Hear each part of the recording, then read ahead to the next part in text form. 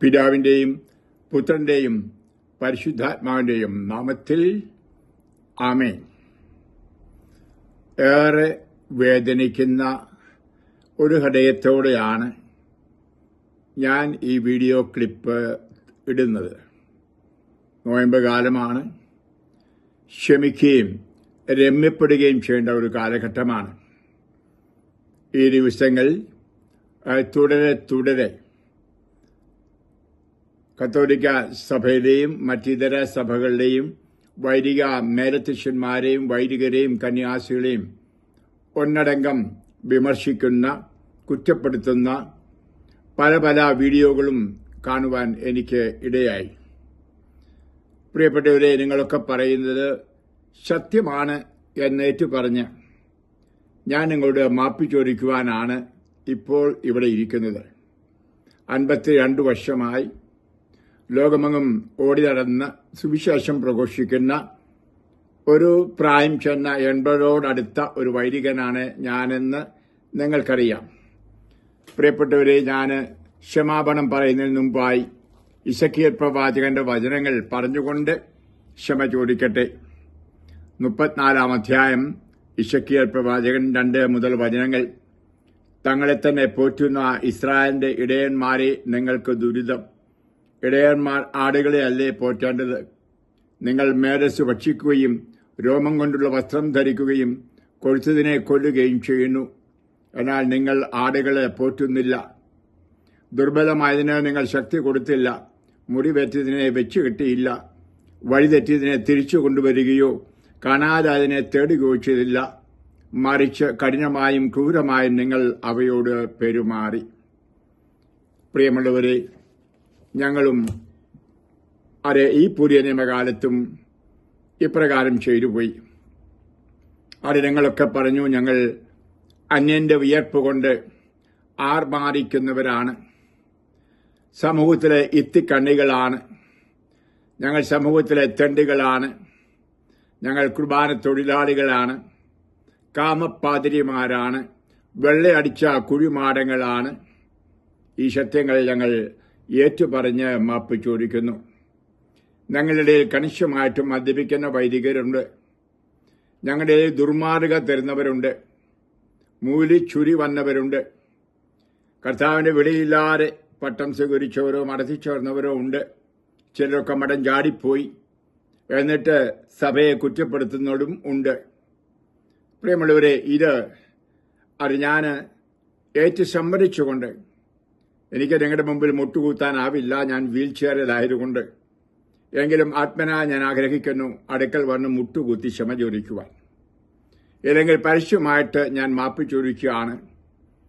ലോകത്തിലുള്ള, പ്രത്യേകിച്ച് നമ്മുടെ കേരളത്തിൽ, ഇന്ത്യയിലുള്ള എല്ലാ വൈദികരുടെയും നാമത്തിലും വൈദിക മേലധ്യക്ഷന്മാരുടെയും നാമത്തിൽ ഞങ്ങൾ ജീവിക്കേണ്ട ജീവിതം യഥാർത്ഥമായി ജീവിച്ചില്ല എന്നത് ഏറ്റുപറയുന്നു.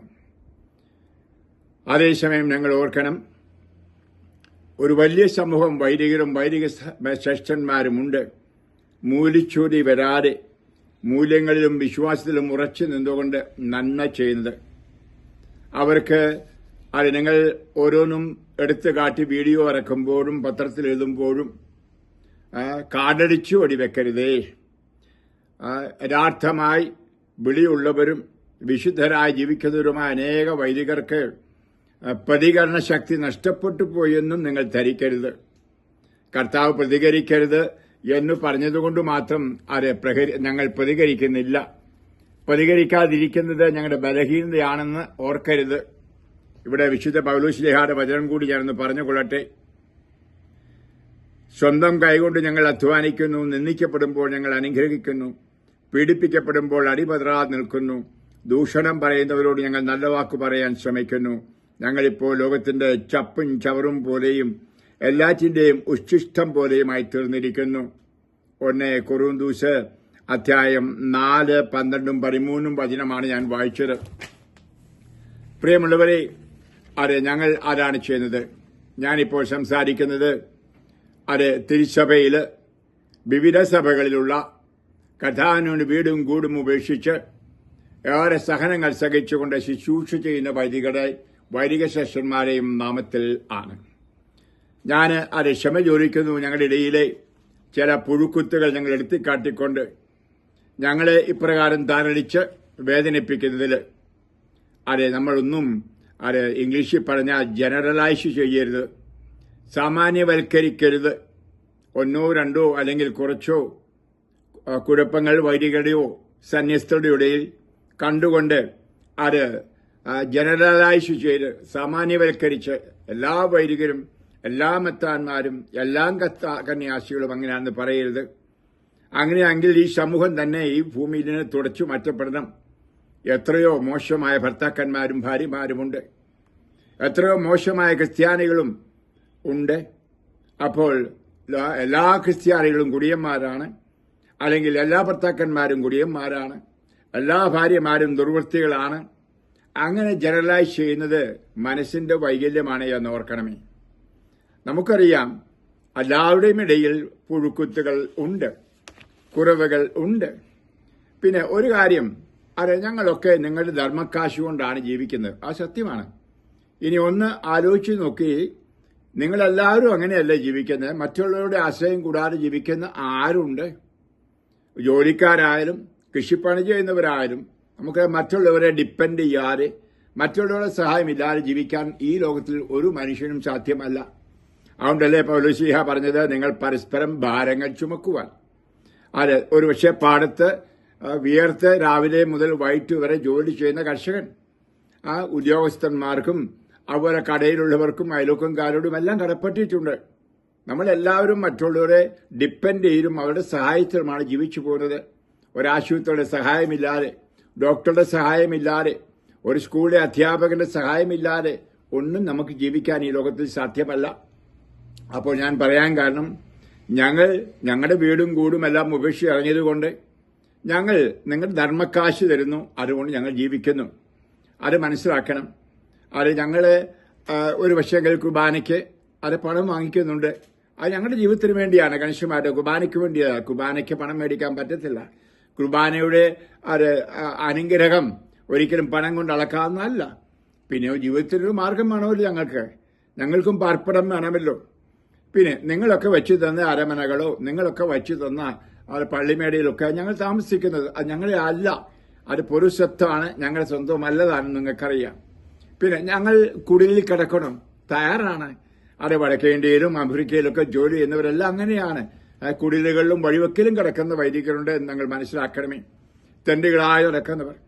ഇനി വലിയ വീടുകളും വലിയ ഉദാഹരണമായിട്ട് ഞങ്ങളുടെ കാര്യഭവൻ കണ്ടാൽ വലുതാണ്, SFS സെമിനാരി കണ്ടാൽ വലുതാണ്, MSFSന്റെ ആണ്. അവിടെ ഞങ്ങൾ ആഡംബരപൂർവ്വം തിന്നും കുടിച്ചും കഴിയുകയല്ല. പിന്നെയോ ഒരു അവധി പോലുമില്ല. ഒരു മാസത്തെ അവധിയോ ഒരാഴ്ചത്തെ അവധി ഒരു ഒറ്റ അച്ഛന്മാർ എടുക്കുന്നില്ല. നിങ്ങൾക്കാണ് സാധിക്കുക, കാര്യസ്വാമി വന്ന വെളുപ്പിനെ മുതൽ വൈകിട്ട് വരെ ദിവ്യബലി അർപ്പിച്ചും കൗൺസിലിംഗ് നടത്തിയും കുമ്പസാരിപ്പിച്ചും അവർക്ക് ആഹാരം കഴിക്കാൻ പോലും ഓടി വന്ന് എന്തെങ്കിലും തിന്നിച്ചു പോവുകയാണ്. ഇതൊക്കെ നിങ്ങളൊന്ന് കാണണം. അനുഭവം അതുപോലെ ഒത്തിരിയുണ്ട്. ഞാൻ ഞങ്ങളുടെ മാത്രം മഹത്വപ്പെടുത്തി പറയുകയല്ല. എനിക്കറിയാം, ഈ 52 വർഷത്തിനിടയിൽ ഒന്ന് വീട്ടിൽ പോയിട്ടൊരു അവധി എടുക്കാൻ എനിക്ക് കഴിഞ്ഞിട്ടില്ല. ഒരു രോഗമുള്ളപ്പോൾ ഒന്ന് ഓടി കണ്ടുപോയി കാണും. ആരെങ്കിലും മരിച്ചാൽ അടക്കും, ആരെങ്കിലും കല്യാണത്തിൽ വിളിച്ചാൽ അവർ പോയി കല്യാണം ആശുപത്രിക്കും. അതിൽക്കൂടെ വീടുമായിട്ട് പോലും ഞങ്ങൾക്ക് ബന്ധമില്ല. എല്ലാം ജനങ്ങൾക്ക് വേണ്ടി സമർപ്പിച്ചു. ഇത് വലിയ സത്യമാണ്. എന്റെ ജീവിതത്തിൽ നിന്ന് എനിക്ക് പറയാം. എന്റെ കൂടെയുള്ള MSF സഹോദരങ്ങളെ എനിക്ക് നല്ലോണം അറിയാം. ആ കാര്യഭവനിൽ കാണാൻ സാധിക്കും. ആ കാര്യച്ചനായാലും ബിജലച്ചനായാലും അല്ലെങ്കിൽ സക്കറിയാസ് അച്ഛനായാലും എല്ലാവരും കാലുവെണ്ട നായപ്പോൾ ഓടി നടക്കുകയാണ്. അവിടെ മാത്രമല്ല, ഇടവകകളിലെല്ലാം പോവാണ്. പ്രശ്നമല്ല, വിയർത്തൊലിച്ച് ശരീരത്തെ നടുവിന് വേദന, കാലിന് വേദന, ഇതെല്ലാമായിട്ടാണ് അവർ സുരക്ഷയോട്ട് പോകുന്നത്. അതുപോലെ ഓരോരുത്തരെയും എനിക്കറിയാം. ഇനി ഈ വലിയ സ്കൂളും അല്ലെങ്കിൽ വലിയ ആശുപത്രിയൊക്കെ കടമെടുത്താണ് ചെയ്തത്. എന്തിനു വേണ്ടി? നിങ്ങളുടെയൊക്കെ നന്മയ്ക്ക് വേണ്ടി. ഇപ്പൊ SFSലെ സ്കൂൾ എനിക്കറിയാം, ഇതുവരെ കടം വീടിയിട്ടില്ല. ഓരോ കൊല്ലവും ഇങ്ങനെ ബാങ്കിലേക്ക് അടച്ചുകൊണ്ടിരിക്കുകയാണ്, കിട്ടുന്നതല്ല. പ്രിയമുള്ള, ഇതെല്ലാം അച്ഛന്മാരുടെ വയറ്റിലേക്കാണ് പോകുന്നത്, അച്ഛന്മാരുടെ ആഡംബര ജീവിതത്തിനാണ് പോകുന്നത് എന്ന് തെറ്റിദ്ധരിക്കരുത്. അല്പം കൂടെ അതിനെപ്പറ്റി ഒന്ന് മനസ്സിലാക്കണം എന്ന് ഞാൻ സ്നേഹപൂർവ്വം പറയുകയാണ്. അങ്ങനെ ജനസമൂഹത്തിന് എന്തെങ്കിലും നന്മ ചെയ്യാൻ ശ്രമിക്കണം. അപ്പോൾ ഒരു നിമിഷം ആലോചിച്ച് നോക്കിയേ. അതായത് പ്രൈവറ്റ് ആശുപത്രികളൊന്നുമില്ല. പ്രൈവറ്റ് സ്കൂളുകളുമില്ല, ഗവൺമെന്റ് സ്കൂളേ ഉള്ളൂ, ഗവൺമെന്റ് ആശുപത്രിയേ ഉള്ളൂ എന്ന്. എങ്കിൽ നിങ്ങളുടെ സ്ഥിതി എന്താണെന്ന്, ജനങ്ങളുടെ സ്ഥിതി എന്താണെന്ന് ചിന്തിച്ചു നോക്കൂ. ഇതൊക്കെ കണ്ടുകൊണ്ടാണ് കർത്താവ് അത് പഠിപ്പിക്കുമായിരുന്നു, കർത്താവ് പ്രസംഗിക്കുമായിരുന്നു, രോഗശാന്തി കൊടുക്കുമായിരുന്നു. ഈ രണ്ട് ശുശ്രൂഷകൾ കത്തോലിക്കർ അല്ലെ ക്രിസ്ത്യാനികൾ അവിടെ പോയാലും ചെയ്യുന്നു. അത് വൈദികരെ ഏറ്റെടുത്ത് ചെയ്യുന്നു, അതിന് നേതൃത്വം കൊടുത്തുകൊണ്ട്. അത് കർത്താവ് ചെയ്ത പണിയാണ്. ആ ജനങ്ങളെ സുഖപ്പെടുത്തുക, ജനങ്ങൾക്ക് അക്ഷരാഭ്യാസം കൊടുക്കുക. അതുകൊണ്ടാണ് മിഷണറിമാർ വന്നിട്ടാണല്ലോ ഇവിടെ സ്കൂളുകളൊക്കെ തുടങ്ങിയത്. കുര്യാക്കോസ് എലിയാസച്ചന്റെ കാലം മുതലാണ് പള്ളിക്കൂടങ്ങൾ, എല്ലാ പള്ളിയോടും ചേർന്ന് പള്ളിക്കൂടങ്ങൾ. ഇതൊക്കെ വിസ്മരിക്കരുത്. ഹിന്ദുക്കൾ പോലും മുസ്ലിങ്ങൾ പോലും അംഗീകരിക്കുന്ന ഒന്നാണ്. അറിയാം, നമ്മൾ നന്മ ചെയ്യുന്നുണ്ട് സമൂഹത്തിനെ എന്ന്.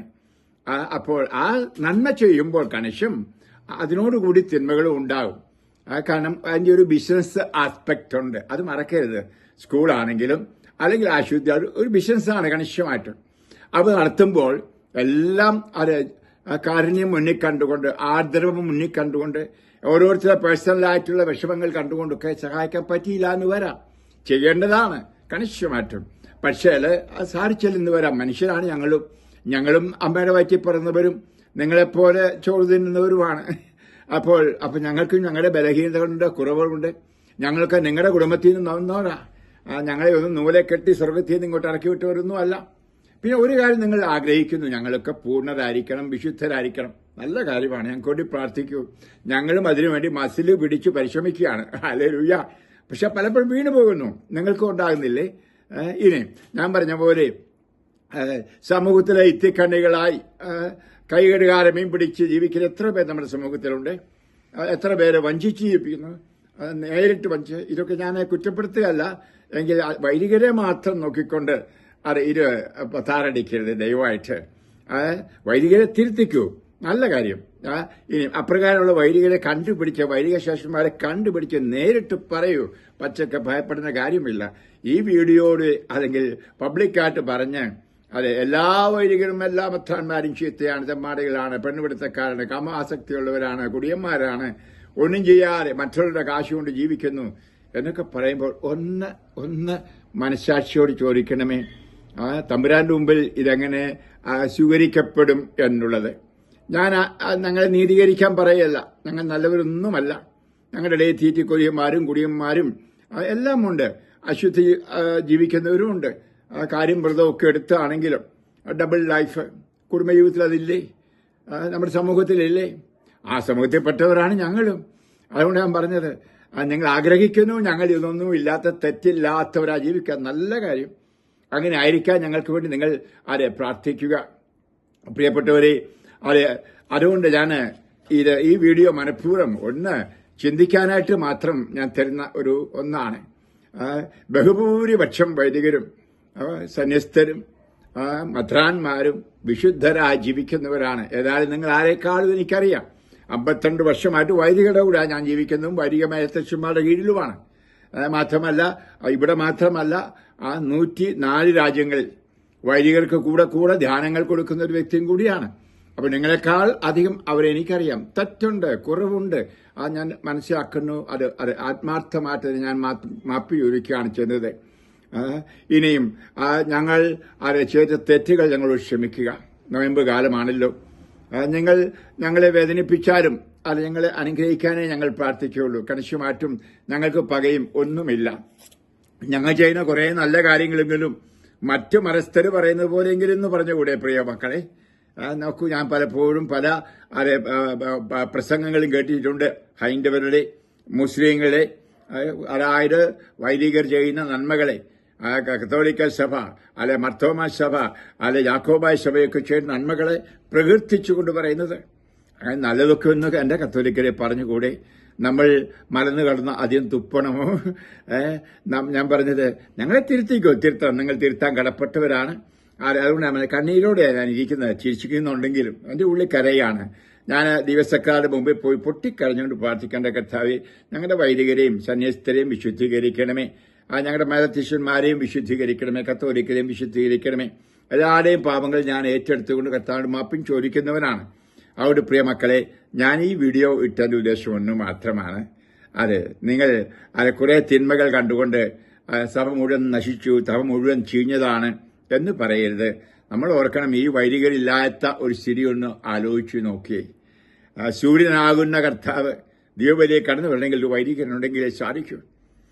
ആ വൈദികന്റെ ശ്രേഷ്ഠത കൊണ്ടല്ല, വൈദികനെ ഏൽപ്പിച്ചിരിക്കുന്ന ഉത്തരവാദിത്തം കൊണ്ട് അവന്റെ കരങ്ങളിലൂടെ ഈശോ ഇവിടെ പിറക്കുന്നു.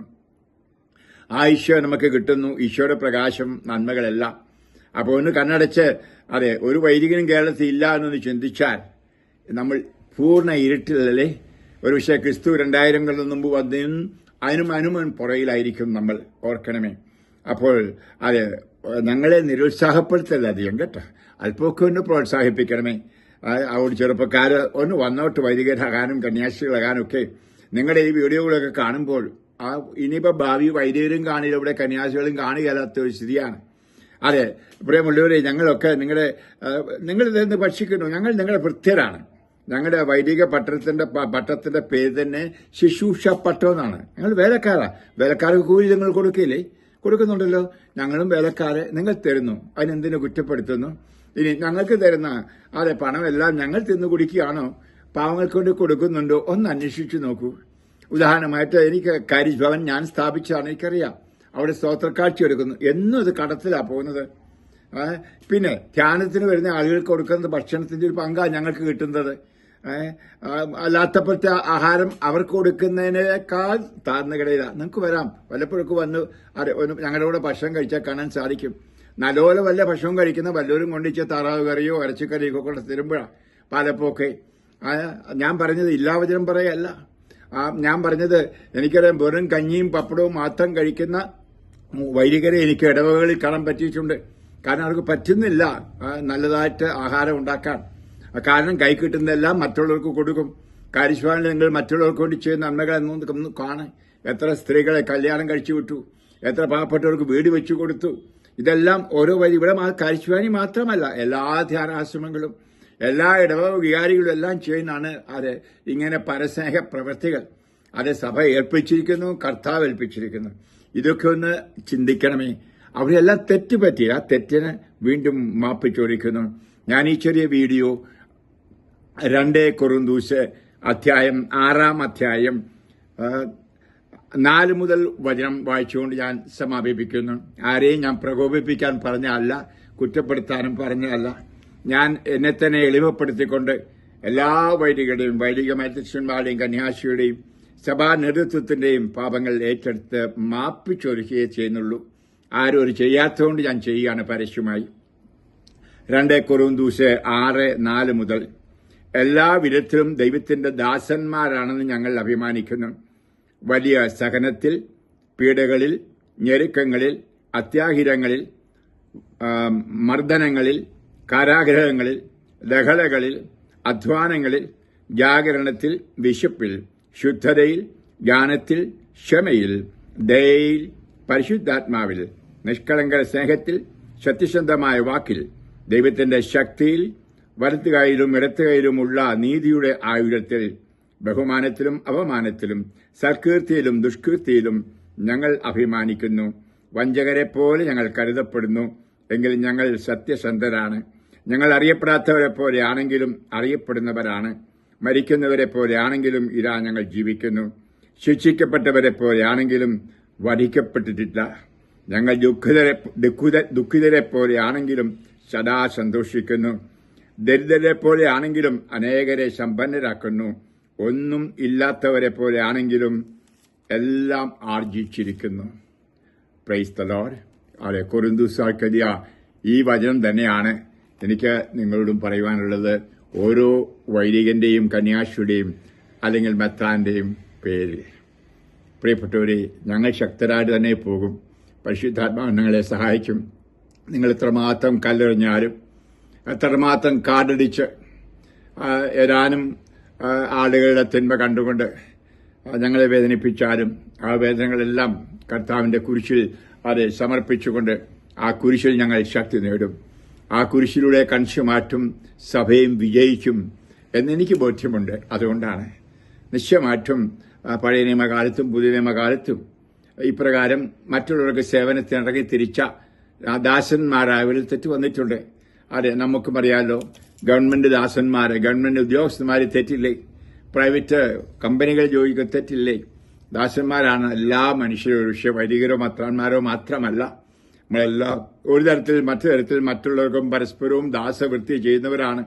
അതിൽ കുറവുണ്ട്, നമുക്ക് പരിഹരിക്കാം പരസ്പരം.